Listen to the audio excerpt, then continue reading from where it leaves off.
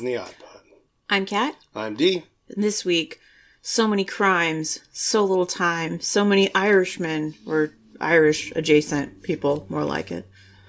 Irishish. Irish-ish.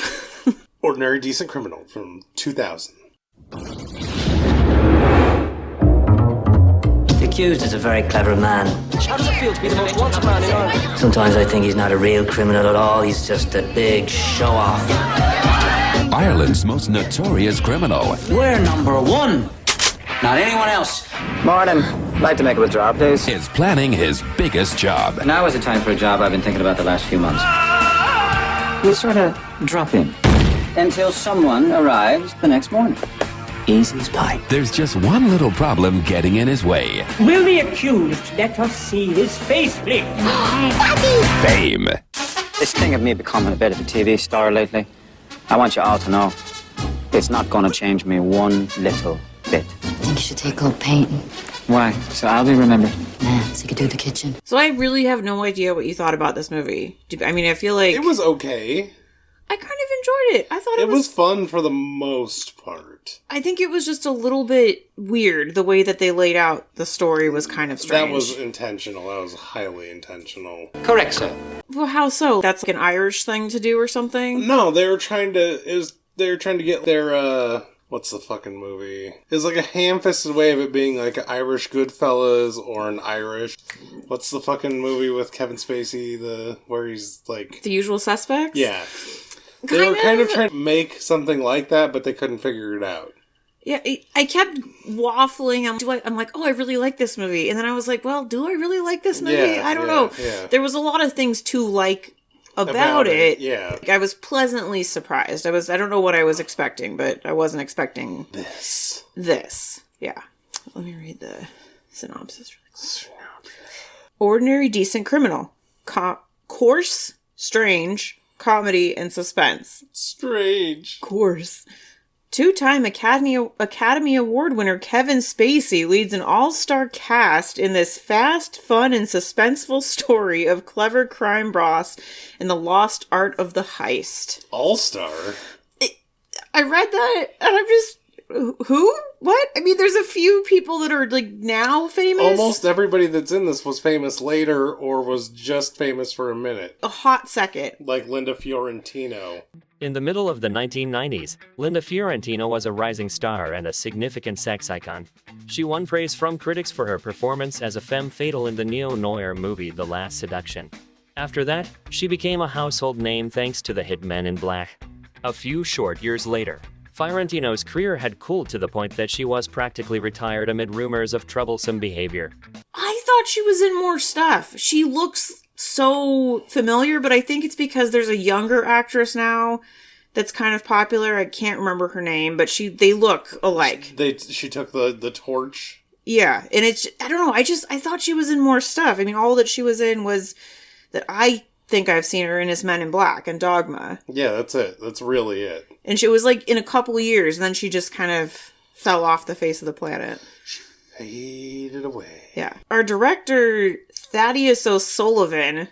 Tad O'Sullivan. If that's an Irish name, if I've ever heard one. And I apologize in advance for all of our horrible Irish accents. I don't, but, yeah, he's done some Irish movies that I've never heard of and nobody else has. He's really probably like the Irish indie darling of filmmaking, and we're just over here like, oh Could yeah, be. this guy's just done nothing. Our podcast is well known for being poorly researched. It's true. So Just mildly researched. Yeah. And then the writer, Gerard Stembridge. I've actually seen one of his movies. Which one? About Adam. It's a Kate Hudson movie. But that's the only one I wrote down because it had Kate Hudson, so I was like, yeah. It's a weird, movie. Like, not, I guess it's a rom-com kind of thing. I don't know. It's just a weird, obscure movie that... A wrong-com. Definitely a wrong-com. It's not that funny nor romantic. It's just kind of...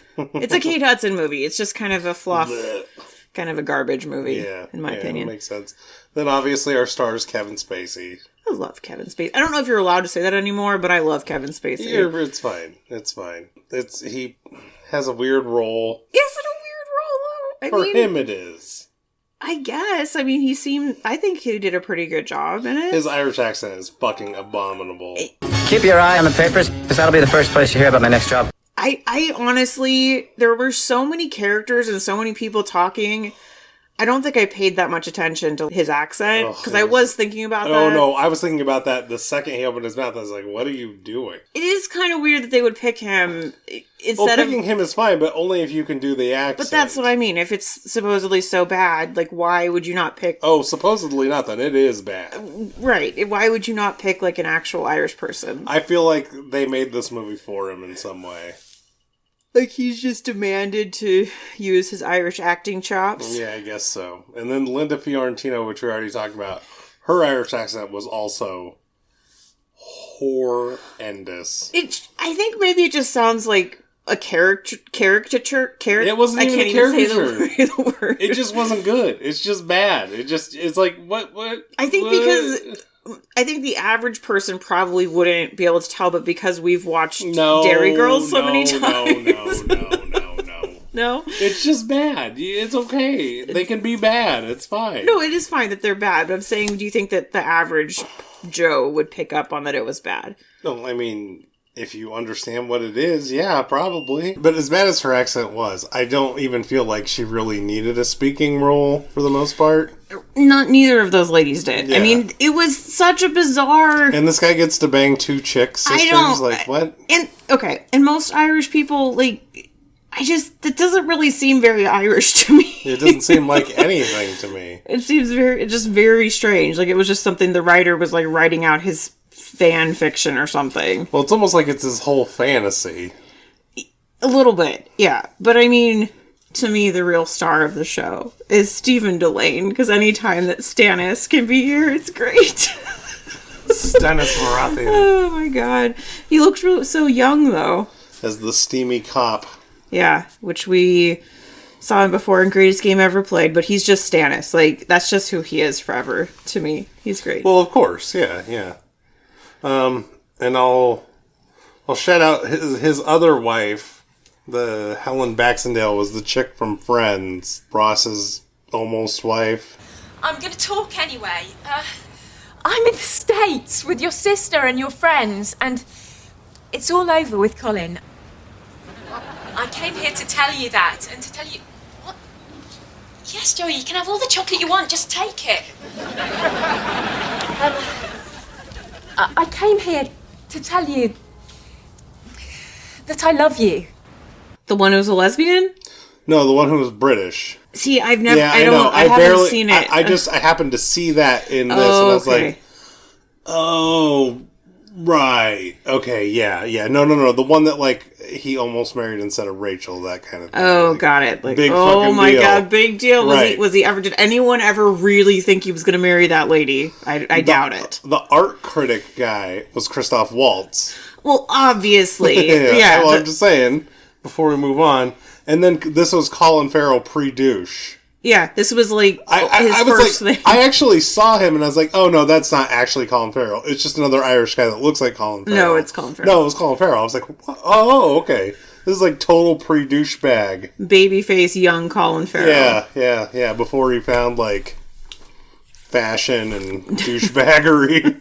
Before he came to America and it ruined him. Before he got a scarf.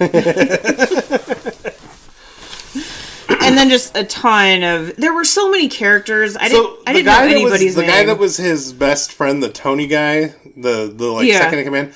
I swear to fuck, I've seen that guy in another movie. I couldn't figure out what it was. He's a really notable... His name is David Heyman. He's a super notable Scottish actor. Yeah, but I couldn't find him in anything I've ever seen. But you've probably seen him in something like this, where he's like a side dude. But I went through his movies 3 times. I know, so did I. But I couldn't find a single one that I've ever seen. But he was super familiar. Like, okay, I've seen this guy, so maybe he has a brother or a cousin or... Or he's the that guy who was in that thing that you just don't know. But for him to be in that thing, that there has to be a movie that you've seen or a TV show you've seen. I haven't seen any of those movies or TV shows. Well, the only one that I've seen, and I think it's actually on our list, is Boy in the Striped Pajamas. Oh wait, no, I take that back. I saw The Jackal. I don't know what that is. It's a Bruce Willis movie. But yeah, and then there's just so many characters. It was movies like this. The ensemble. Well, who cares? The problem is that so many of the characters, they don't really have much of a distinguishable personality from one another, whereas no, a lot of these no. movies you have to have like very distinct personalities, and then you're able to know the characters. I didn't feel like I knew any of the characters because I didn't. They were just like the same person over and over again. I didn't really get it. Robas. So, did you get any fun facts? The frontman of Blur, David Albarn, did the score for this movie. Damon Albarn. Oh, Damon Albarn. And that was my only fun fact. That's the only one that you had also? Yeah, there's nothing else. Well, I mean, this movie's bereft of a lot of that kind of stuff. The only other one is that the story that priest told about the painting being discovered while they were cleaning it as an authentic, real, original painting, which, who the fuck knows how to do that, was a real story. That's actually how they... It's a real fucking story. ...discovered that painting. So, yeah. So what are we gonna do? Heist our way through it? Sure.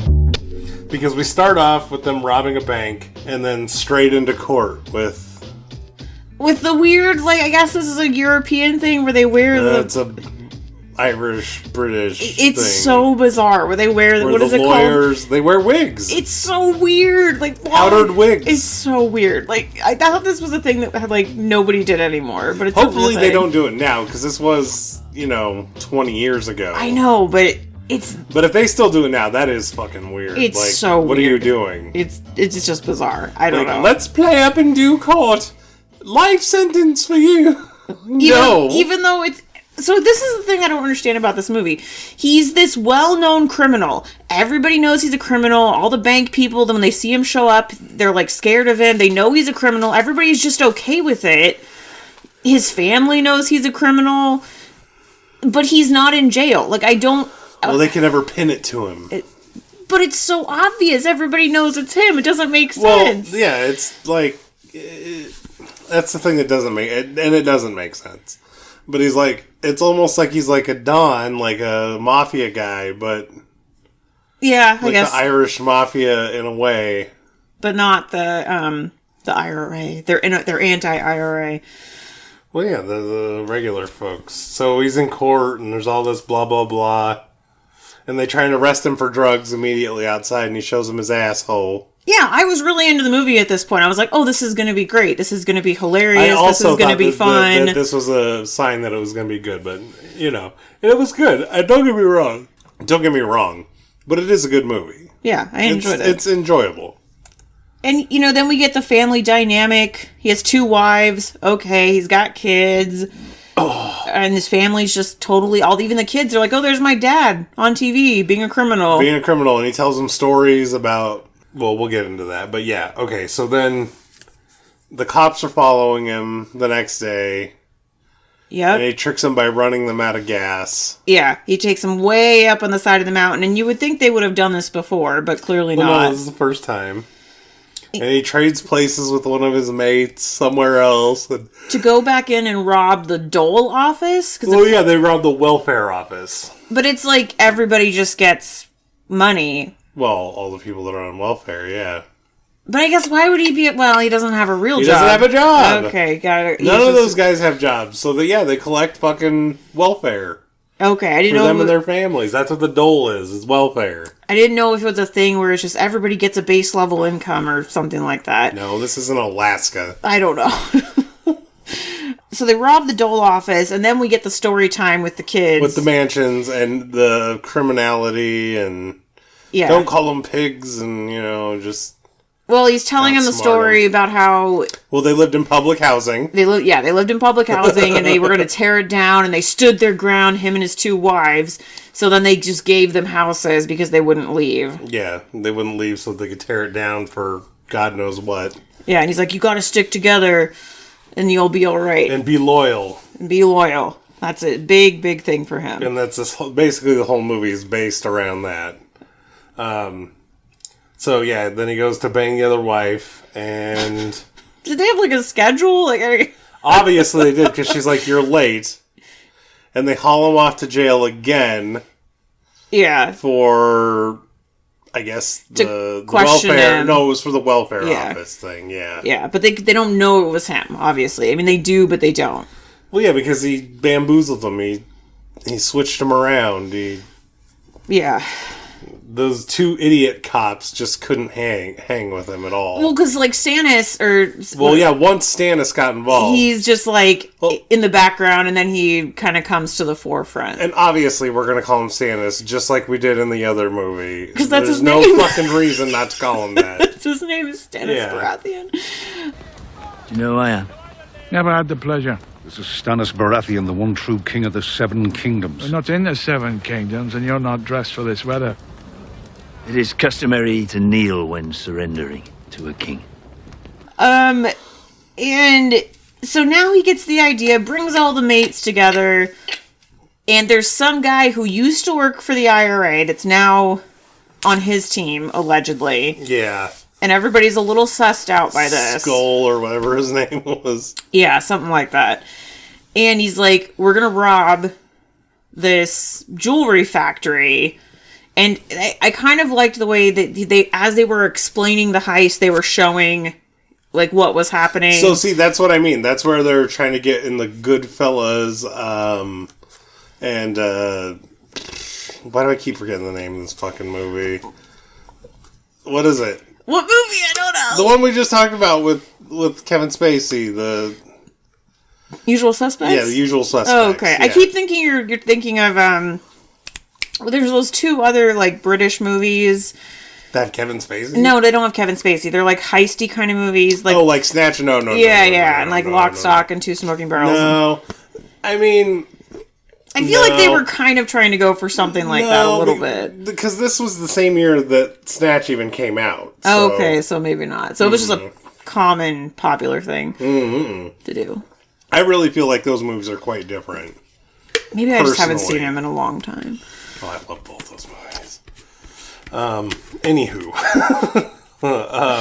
Okay, so during this part, there was a really funny bit where they're in, like, they get their gold, and they're in their little warehouse thing. And he's talking about his Star Wars stuff. And he's talking stuff. about how he never had the good stuff as kids. He's talking to Colin Farrell, and he's like, oh, you probably had the legit shite, and da-da-da, your parents bought you the real shite.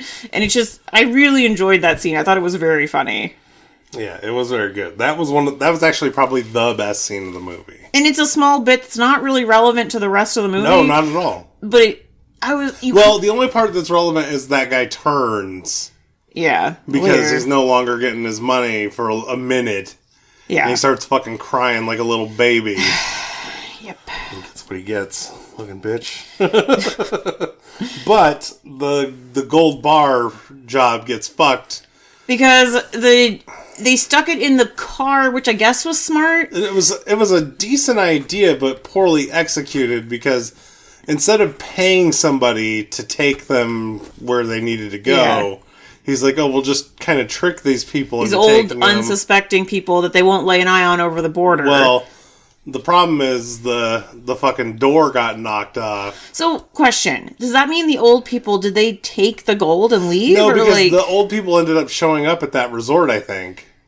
Okay, so what happened with the gold? Well, somebody obviously found the fucking door. Okay, got it. Because they thought it was the one guy who was setting this whole thing up. Yeah, and they tortured him, but they believed that he didn't do it. Yeah, because he's like, hey, which I feel like your fingers would break off. They shoved his hand in a door and then raised the car up. Well, because he was still hanging on with his other hand. Yikes.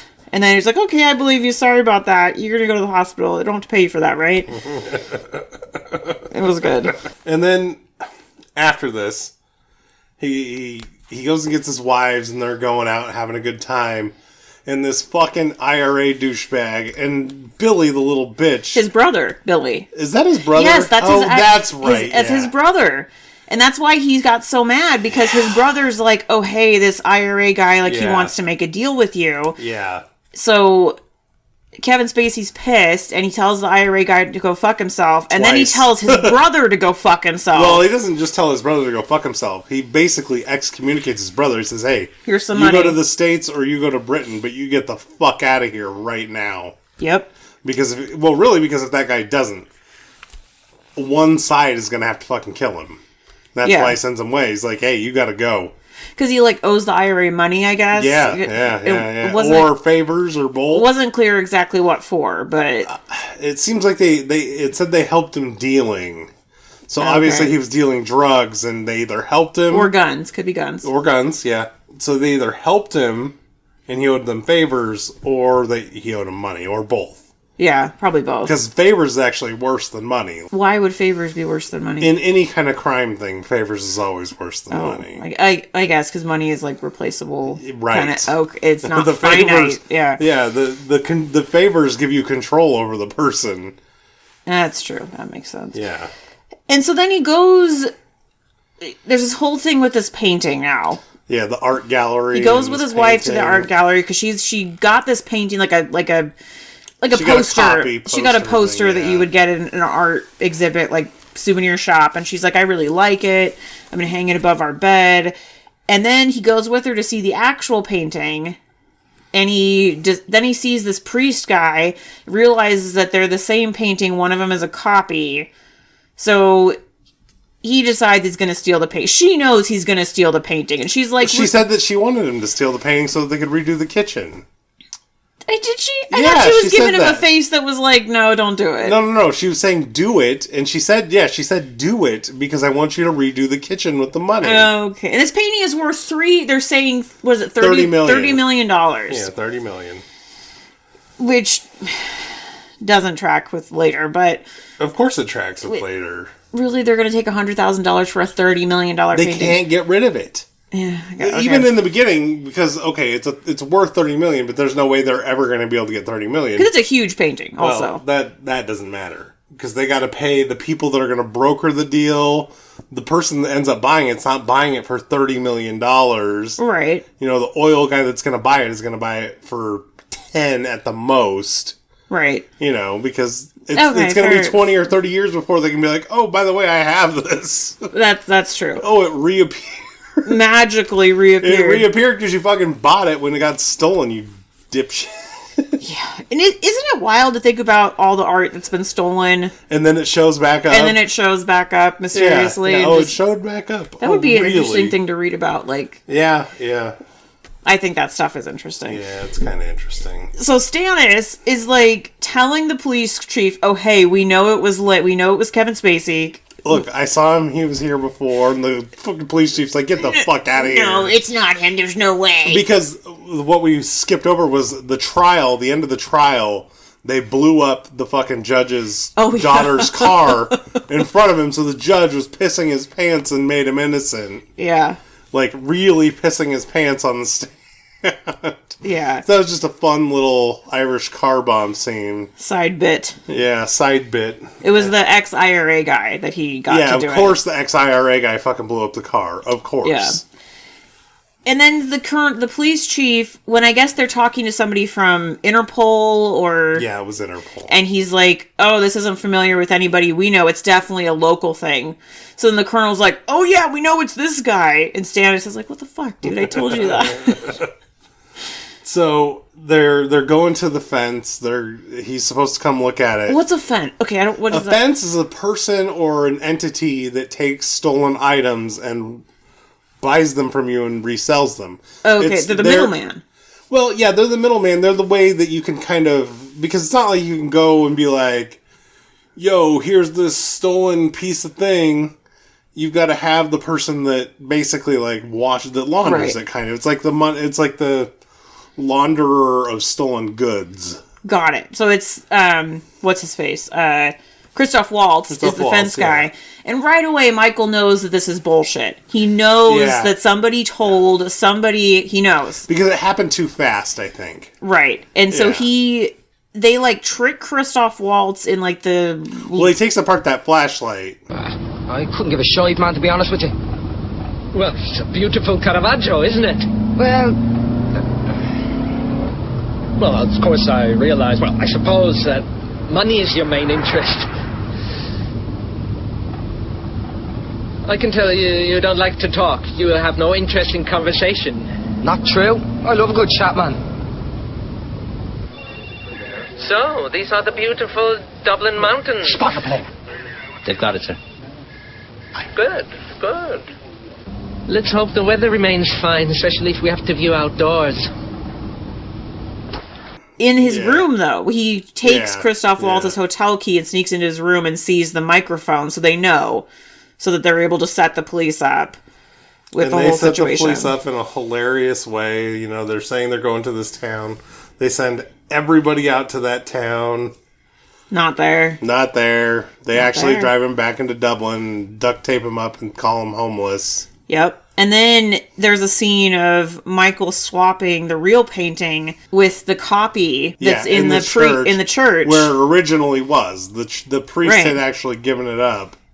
Or the church or whatever. But yeah, he swapped it there to keep it safe. Yeah. So that nobody knew. Well, and I think he doesn't even, like he said, he's like, it's not about the money, it's just for laughs. Like, he doesn't even really want the money from the painting. He just feels like it belongs back in the church. Yeah. The cops now show up at his house, and they're just basically going to be on him like a rash and just not leave him alone. Can you imagine any police unit spending that much money? There's no way. Where they just follow you openly.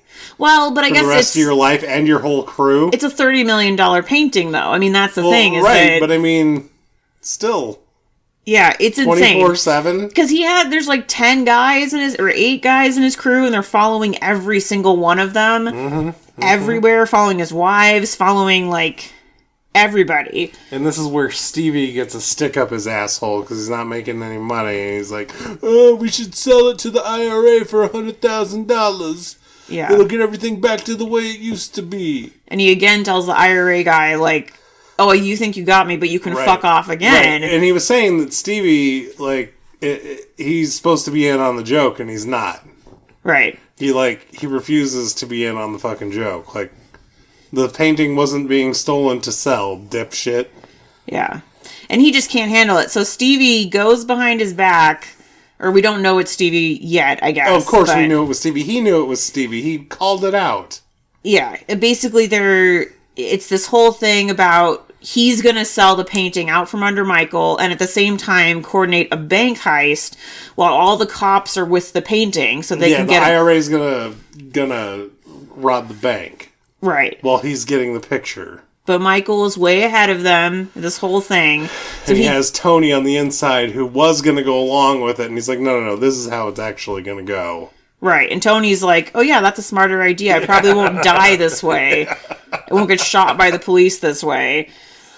And there's the big old switcheroo painting heist, bank heist scene. Well, the painting thing, it just goes south. Stevie and Colin Farrell get shot.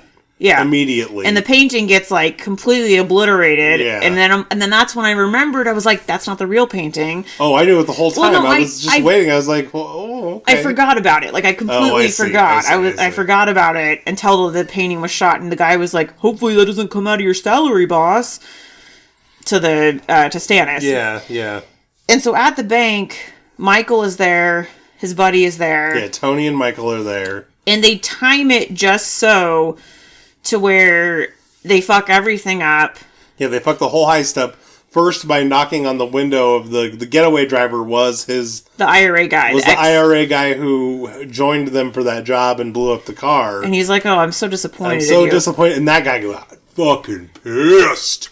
Holy shit, was he mad. Well, of course he was mad because he knew the whole thing was fucked now. Because they have these 2 rookie cops there and they're like, we need backup. Well, and the cops arrest that guy. Right away. Yeah.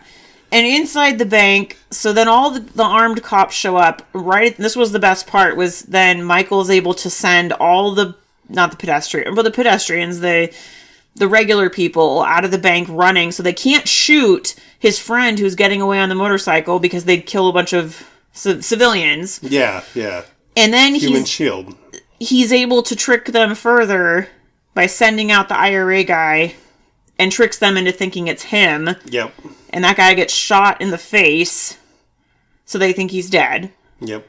I actually think, and they didn't show this and they didn't imply it, I think he shot him in the back of the head to make the outside of the face explode. No, they did after the fact. Well, they kind of showed it, but yeah, I mean, he shot him in the back of the face, so his fucking face would explode. So they couldn't recognize him. Yeah. Right. And so he's able to get away with the money, or his friend got away with the money. That's right. I think he got away with money too, but yeah. So then the wives have to come down and identify the body. But they can tell him by his cock, because his face is all fucked up, and they know that it's not him. But they're not idiots, so they kind of, although they do a really poor job playing it off. Yeah. Because this was before they had the big reveal of everything that was going on, and I'm like, oh, it's not him because you knew it wasn't him right away. Well, you kind of assumed it wasn't him. No, But you knew it wasn't fucking him. But and they're laughing in the hallway, and the regular Colonel guy's just like, okay, this is normal. And the Stannis guy is just kind of like throws his hands up like it is what it is. So I hated the rest of this. I don't even understand what the point of the end of the movie was. Like the funeral and then just no resolution at all. He's just riding his motorcycle.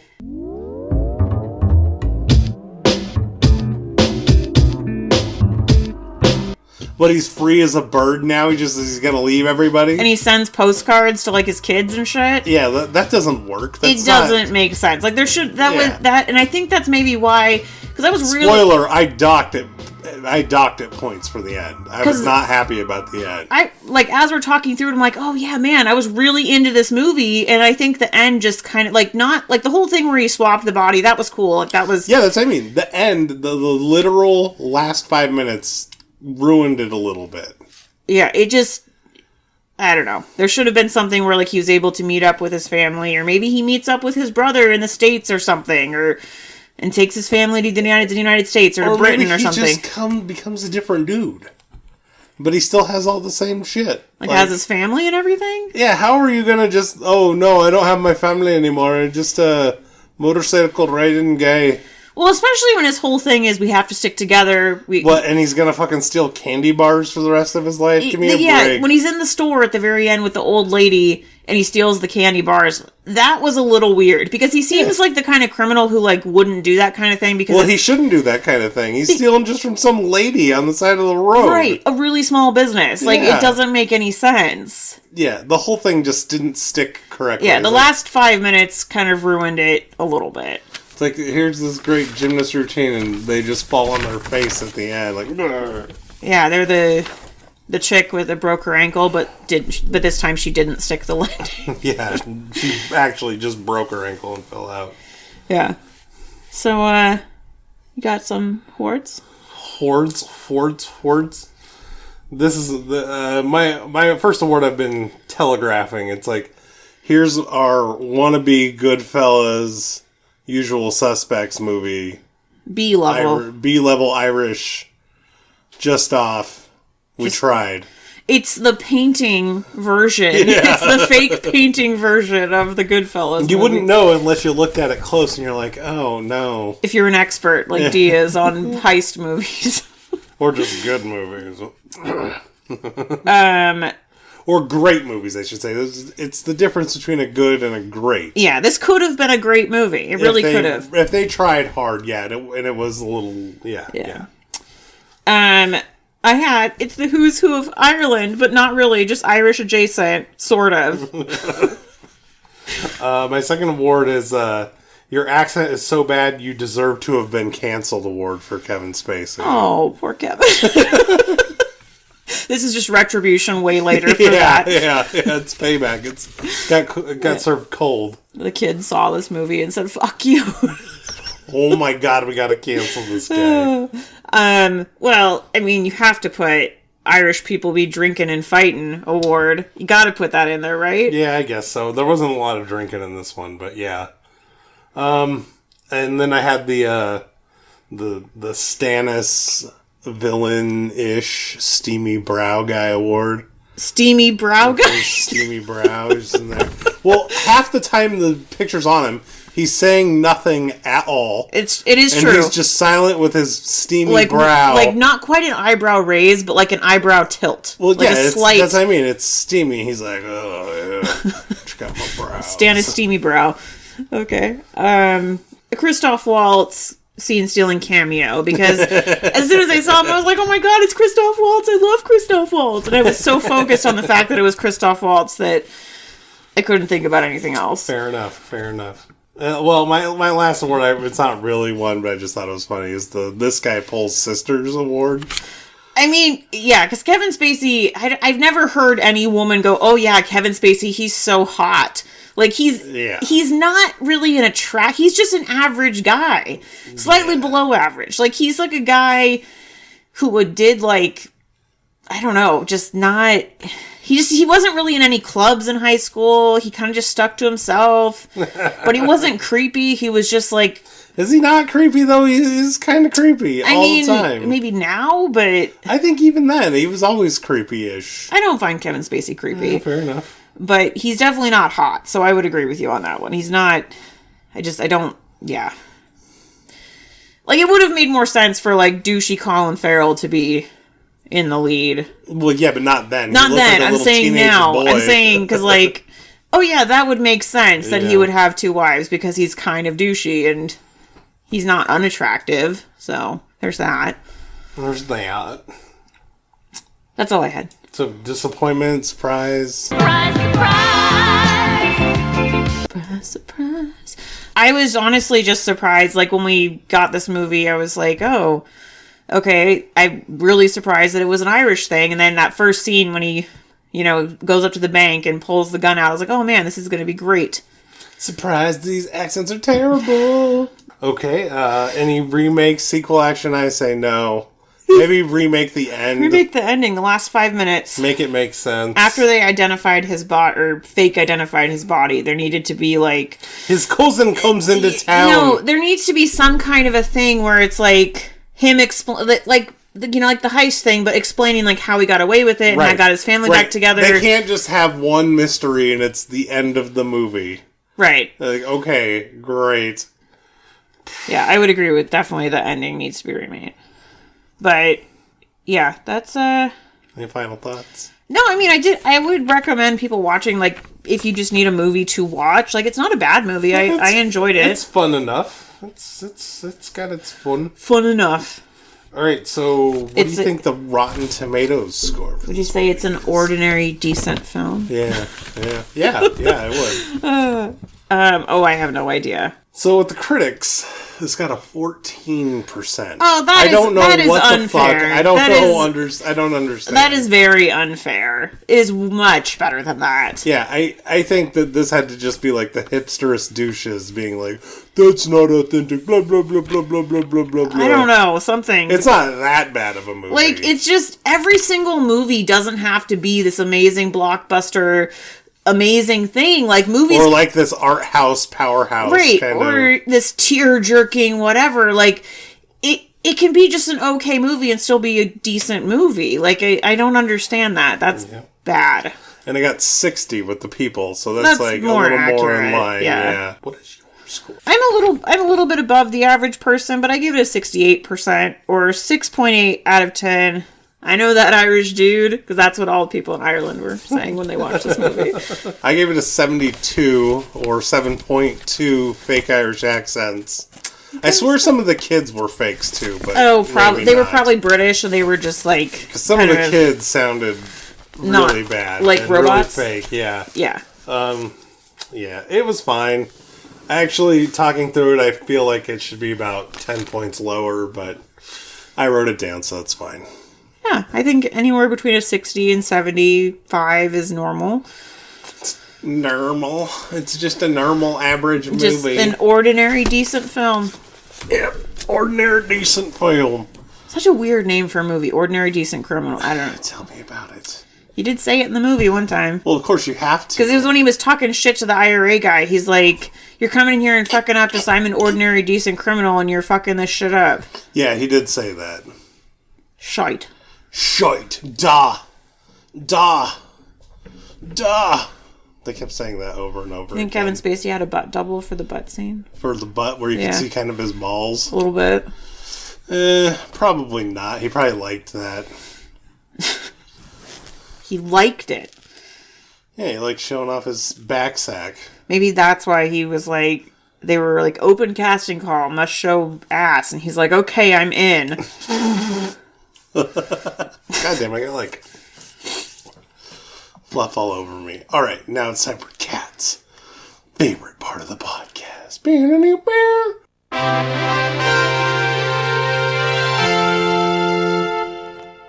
More like my most stressful part of the podcast, because now we've been burned so many times, I have to actually confirm this is a real thing.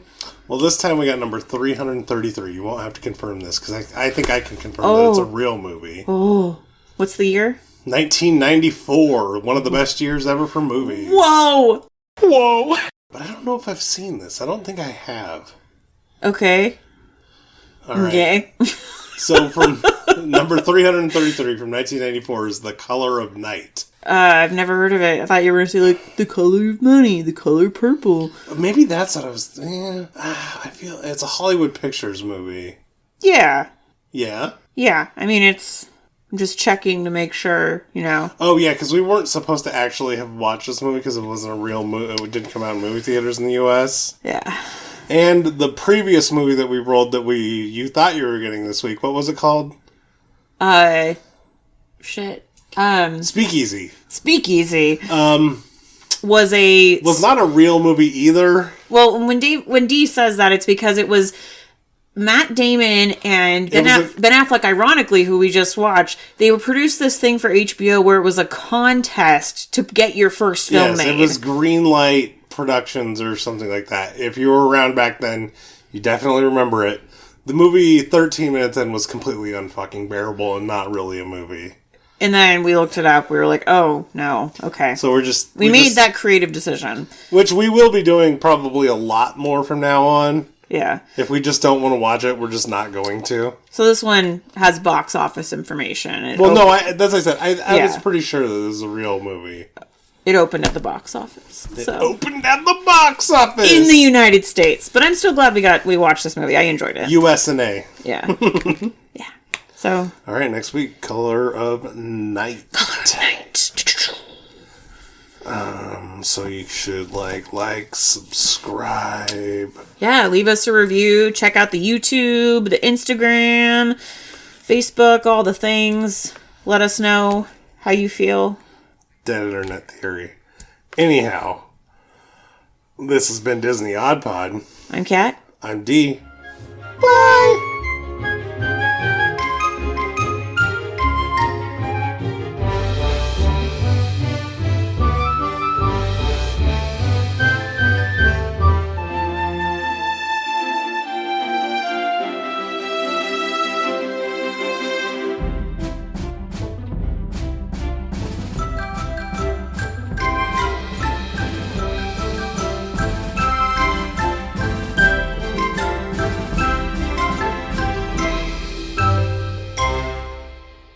What do you mean dead internet theory? There's no real people conversing on the internet anymore. It's all just bots and bullshit. What?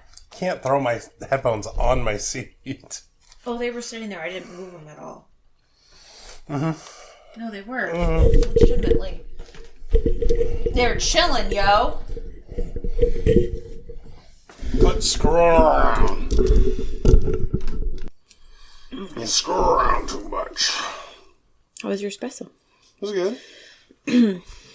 Was it supposed to be bad? No. Yeah, it was supposed to taste horrible. It's horrible.